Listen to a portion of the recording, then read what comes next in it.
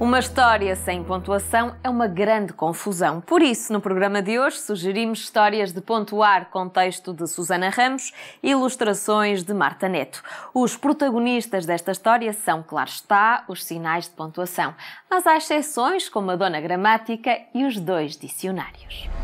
Este livro, Histórias de Pontuar, é uma ideia muito antiga que surgiu há alguns anos, em particular de trabalhos de edição de texto, em que muitas vezes, quando estava a rever, a editar, pensava: esta vírgula está tão mal colocada, o que é que este sinal de pontuação está aqui a fazer? E a pouco e pouco, devagarinho, os sinais de pontuação começaram a ganhar uma forma física e uma personalidade que deriva em parte da função que eles têm na gramática. É uma ideia muito antiga que eu demorei muito tempo a pôr em prática, porque não queria que fosse uma história com um caráter pedagógico imediato. Queria que, se haver alguma pedagogia, que essa pedagogia surgisse da própria personalidade dos sinais de pontuação. É sobretudo uma ficção em que as personagens são sinais de pontuação, com os seus dramas, a sua personalidade, os seus problemas.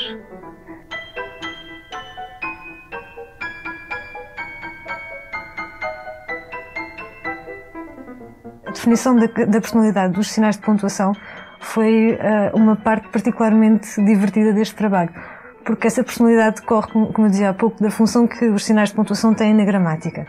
Então, no caso da vírgula, da vírgula-virgulina, o que acontece é que a vírgula é um sinal de pontuação que está muito frequentemente mal colocado.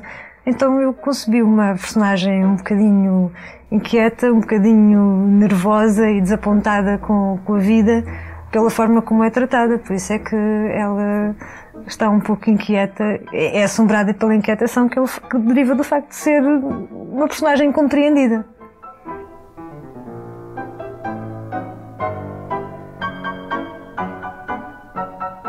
O que aconteceu neste livro, em particular, é que eu comecei por esboçar logo algumas personagens, porque há uma frase que diz que a vírgula estava enroscada sobre si própria. Eu achei essa imagem tão interessante, e como a própria vírgula, pela sua configuração, não é, já é um pouco enroscada, e depois acabei por utilizar um corpo em que ela se enroscasse ainda mais.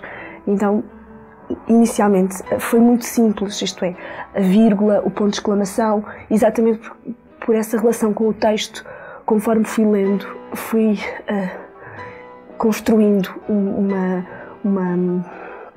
um corpo, fui construindo as características da personagem em termos físicos, de acordo com o texto e de acordo com a personalidade que o texto evidenciava de cada uma delas. No caso do ponto de exclamação e da vírgula foram os personagens mais fáceis, estas duas, e as reticências também, porque todas elas surgiram de frases do texto. Aqui, como o texto diz que o ponto de exclamação é uma personagem saudosista, eu achei que ter um ar do século XIX e ter uma cartola faria todo o sentido na criação desta personagem. Depois houve a questão das personagens que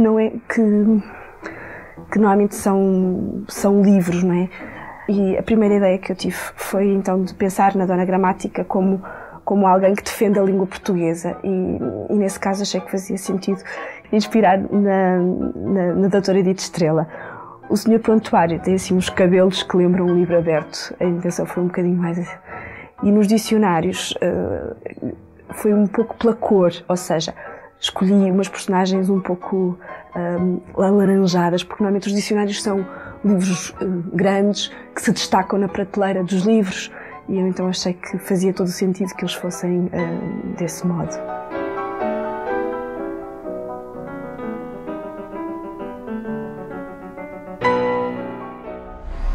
Histórias de Pontuar, de Susana Ramos, ilustrado por Marta Neto, é publicado pela Dina Livro, que oferece 5 exemplares deste título às 5 primeiras respostas corretas à pergunta: em que ano Susana Ramos, autora do texto da obra que hoje recomendamos, recebeu o Prémio Maria Rosa Colasso? Participem através do e-mail lermais-lermelhor@filbox.com. Amanhã estaremos de volta com mais novidades. Até lá!